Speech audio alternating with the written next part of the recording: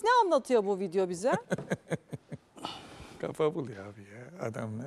Yani Trump klasik Trump'ı anlatıyor. Yani Şöyle ben de bakayım. tabii Suudi prensine de bu şekilde vurması yani aralarındaki o tuhaf ilişkiyi de gösteriyor. Onların daha böyle bir tıpkı Trump'ın herkesle kurmaya çalıştığı gibi daha kişisel bir ilişkileri var. Ne yapıyor burada?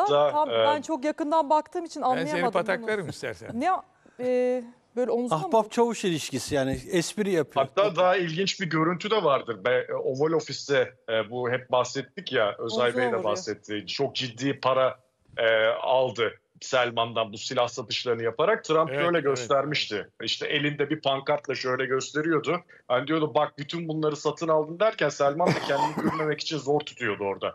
Yani Trump'ın Selman'la ilginç bir ilişkisi var.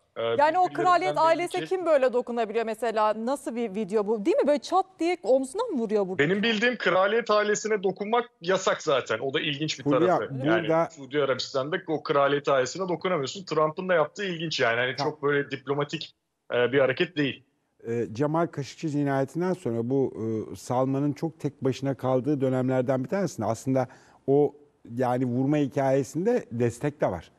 Hani oradaki o bir uluslararası evet. toplantıda Yalnız çıktı. Bak, başına arkada değilsin. Japonya var vesaire falan filan. Hani orada Şaşırıyor onlar.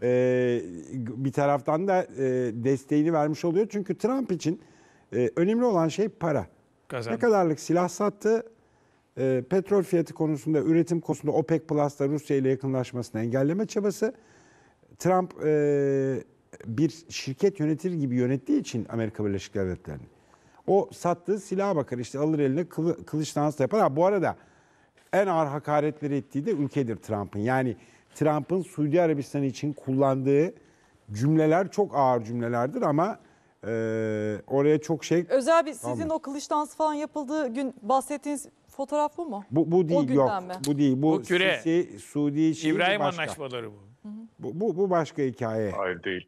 Mısır. Yani o şey bayağı elinde Teslim. Riyad'da mı Cidde'de mi ne bir yerde aldı elinde kılıçla. Devlet ziyareti sırasında devlet Evet. seremonisi Madalya verdiler yapmışlardı ona bir de, ona. Daha altından. sonra da geleneksel kılıç dansı. Ya aldı eline kılıcı bayağı şakır şakırdı ama yani Trump'ın hani müzikle ve şeyle alakasını biliyoruz. Hani kendi mitinglerinden de biliyoruz. Biraz eğlencelik bir görüntüydü ama Gazoz. yani sonuçta bak burada bir destek de var. O şeyle, o dokunuşla Ben senin yanındayım diyor. bir desteği de veriyor. Çünkü tek başına kimsenin elini sıkmadığı bir adama giderken yanından böyle dokunarak onunla bir Yani diyalog o zaman hem başlasın. destek barındırıyor hem de Patronluk barındırıyor. Yani Trump'ın hakikaten Suudi Arabistan için söylediği cümleler çok ağırdır. Ya az buz şey söylemedi Trump. Suudi Arabistan'a çok ağır cümleler de kurdu. Ama şunu görmekte fayda var. Yani bak Suudi Arabistan'ın gücü şöyle. Biden ne olursun Yunus yalnız sen beni düzelt. Biden Suudi Arabistan'a gidecekti. Hiç gitmiyordu. Yine petrol üretiminin artmasını isteyecek bir İsrail gezisi uydurdu. Gitmeden açıklamalar yaptı. El sıkışmayacağım dedi. Selman'la el sıkışmayacağım dedi. Fist bump yaptı. Evet, ondan sonra gitti şey yaptı değil mi, böyle yumruk yumruğa mı şey yaptılar. Yani bak hiç kimse... Biden şey demişti Özay Bey. Ben Suudi Arabistan'ı parya devleti yapacağım. Yani O da çok ağır bir laftır. köle yani kölem yapacağım Zaten dedi öyle. resmen.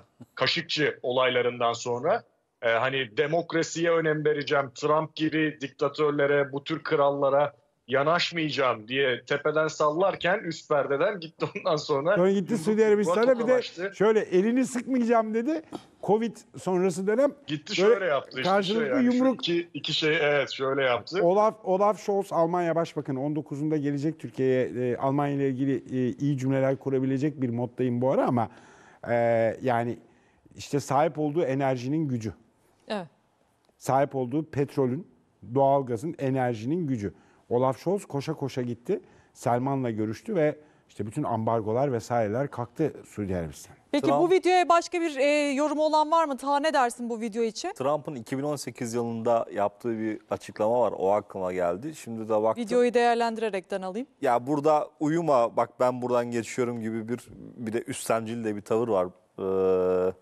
Yani ben geçiyorum ama Sen benim adamımsın diyor. Evet. Açıkçası sen benim adamımsın diyor. O kadar. Yani bak ben uyan hemen belki toparlan gibi.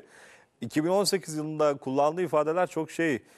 Diyor ki kralı aradım diyor Trump.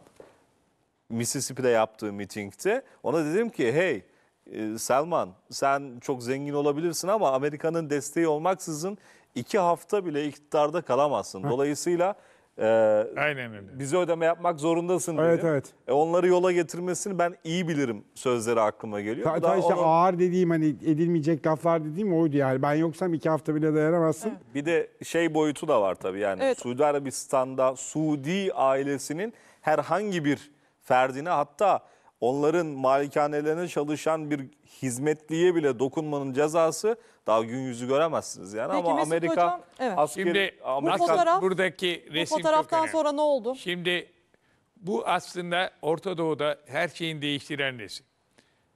Küre dedikleri, küre diplomasisi. Burada aslında başarılı olan Trump. Nedir? Suudi Arabistan ve Mısır zaten ikisi birbirine. Şimdi Suudi Arabistan zengin bir ülke ama sıkıntıları var. Güçlü bir hava kuvvetleri var. Bu da bir gerçek. Ondan sonra ve Amerika'dan her istediği silahı alabiliyor. Bu çok önemli. İlk defa Rusya'dan da silah almaya kalkınca Amerika ne istiyorsan vereceğim dedi. Diğer tarafta Mısır 2 tane savaş kaybetmiş İsrail'e karşı ve topraklarını kaybetmiş. Çok önemli bu. Nedir? Sina Yarımadası'nı kaybetmiş. Ondan sonra hava kuvvetleri yerde vuruldu. Ve o zaman asla bir daha savaşmayacağım diyor Mısır Devlet Başkanı. Bu gelinen noktada ise ki Mısır ben Arapların lideriyim diyen devlet. İstediği kadar Suud öyle desin. Esad kahraman olarak gören Mısır. Şimdi böyle bir lideri siz ortaya getiriyorsunuz. Suud da tamam diyor. Biz ittifakız. İbrahim Anlaşmaları bu işte. Körfez zaten ona sonra katıldı. Ve şunu Yunus Bey'in söylediği gibi. Amerika diyor ki ben değil bundan sonra benim işim Pasifik'e gideceğim ben. Sizin güvenliğinizi İsrail sağlayacaktır. Yani İbrahim Anlaşmalarından İbrahim İttifakı'na gelinen noktanın ilk imzasıdır. Ve Orta Doğu'da pek çok dengeyi değiştiren bir meseledir. Şimdi her ikisi de gerek Suudi Arabistan gerekse Mısır bu sıkışmayı görüyor. Neden? Bir yanda Netanyahu'nun pervasız bir şekilde önüne geleni vurması. Fakat buradaki baskının bir sebebi görünmeyeni de şu. Uğur da buna katılacaktır tahmin ediyorum. O zaman hemen Amerikan Harp Akademilerinde parçalanmış Büyük Orta Doğu projesi yayınlandı. Burada da Suudi Arabistan'ın 2-3'e ayrılması söz konusu oldu.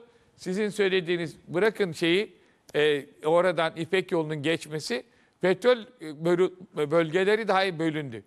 O zaman Suud bize yanaştı. Çok ilginç. Sayın Erdoğan'ın yanına geldiler. Türkiye'ye karşı finansıyı da açtılar. Ama ne zaman ki bu anlaşma yapıldı tekrar İsrail'in yanına döndüler. Böyle bir istikrarsızlığın resmidir bu. Peki burada değişen bir şey var mı? Türk devlet aklı gördüğünüz gibi Mısır'da bir yakınlaşma içine girmiştir. Neden? Asıl çatışmanın sıklet merkezi Doğu Akdeniz olacak. Basra Körfezi değil bana göre. Neden? Bir defa gaz ve petrol burada bulundu bir. İki, şöyle bir husus var. İsrail diyor ki ben Kıbrıs'ı da alacağım diyor. Ve şu anda İsrail ordusu Kıbrıs'ta eğitiliyor. Çok önemli bu. Artı Amerika bölgeye yığınak yapıyor. Nereden? Kıbrıs üzerinden. Aslında bu Londra ve Zürih anlaşmalarına aykırı. Ve Sayın Cumhurbaşkanı Katar bu bize karşı bir harekat diyor. Daha korkuncunu söyleyeyim mi? İsrail Hava Kuvvetleri bu anlattığı Mavi Bayrak tatbikatlarında F-35'leri Kıbrıs hava sahasının üzerine KKTC üzerinden dağların üzerinden geçirmiştir. Bu meydan okuma bize. Flag show dediğimiz. Seni vururum ileride diyor. Bakın bunlar Cumhurbaşkanı Herzog bu hafta dedi bizim böyle bir planımız yok. Bunu biz bir devlet garantisi olarak algılıyoruz. Tamam. Ve Sayın Cumhurbaşkanı ile ben yani 15 günde bir Herzog'un konuştuğunu da biliyorum. Cumhurbaşkanı Güvenlik Kurulu üyesiyim ben.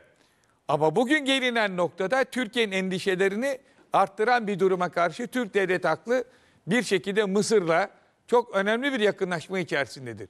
Buna biz eğer Libya'yı, Sudan'ı da katarsak demek ki karşı tarafa karşı Türkiye'de gerekli hamleleri yapıyor. Ve şimdi bana bir haber geldi, çok güzel bir haber. Türkiye ile paylaşanı Türk. Suudi Arabistan ve Pakistan Hava Kuvvetleri ortak tatbikata başladılar. Olması gereken budur yani. Müslümanın Müslümanla beraber uçmasıdır. Şimdi düşünebiliyor musun? Suudi Arabistan Hava Kuvvetleri'nin pilotları F-15'lerle Girit'e inip bize karşı tatbikat yapıyordu. Demek ki Türk devleti bu karşı kompleyi Sayın Cumhurbaşkanı sayesinde bozmuştur. Bu Türk diplomasisinin, Türk Genelkurmayı'nın, Türk istihbaratının başarısıdır. Yani ne diyor Allah-u Teala? Mealen sizin oyununuz varsa bizim de oyunumuz var diyor. Türk devlet aklı da bir şekilde buna hazırlanıyor. Ve sizinle de değerlendirdik. Bu haftaki Yüce Meclis'te yapılan İsrail değerlendirmesi Türkiye'nin bu gelişmeleri son derece yakından takip ettiği. Uğur Kıbrıs uzmanı. Evet. Kıbrıs'taki gelişmeleri çok yakından gördüğümüzü gösteriyor. Evet. Yani bu şey bence lastik top bir yerden patlayacak çünkü dönmez bu top. Peki hocam şimdi Yunus'a bir dönmek istiyorum. Yunus şimdi sen biraz önce Selman'ın bir görüntüsünden bahsetmiştin Beyaz Saray'da. Ekranda bir anlatır mısın tekrar o görüntüyü bize? Burada Amerika Birleşik Devletleri'nin Suudi Arabistan'a yaptığı satışın yani böyle küçük bir pankartını yaptırmış Trump. Yani tuhaf bir şekilde hiç yani Oval Ofis'te aslında görmeye alışık olmadığımız bir şey. Orada aldıkları çeşitli savunma sanayi ürünlerini gösteriyor. Ve herkese de diyor işte Selman bak bunları aldın ne kadar güzel işte şunu vereceğiz bunu vereceğiz diye. Selman'ın da surat ifadesi ortada yani o da gülmekten alamıyor kendini. Tuhaf bir ilişkileri var gerçekten de. Amerikalılar Suudların ne işe yaradığını biliyor. Suudlar Amerikalıların ne işe yaradığını biliyor. Böyle karşılıklı mutualist ama daha çok materyal üzerinden ilerleyen bir F-18, ilişkileri var. Bu da onun Çin'in resmi gibi. helikopterleri, fırkateyn ve tanklar, Abram tankları.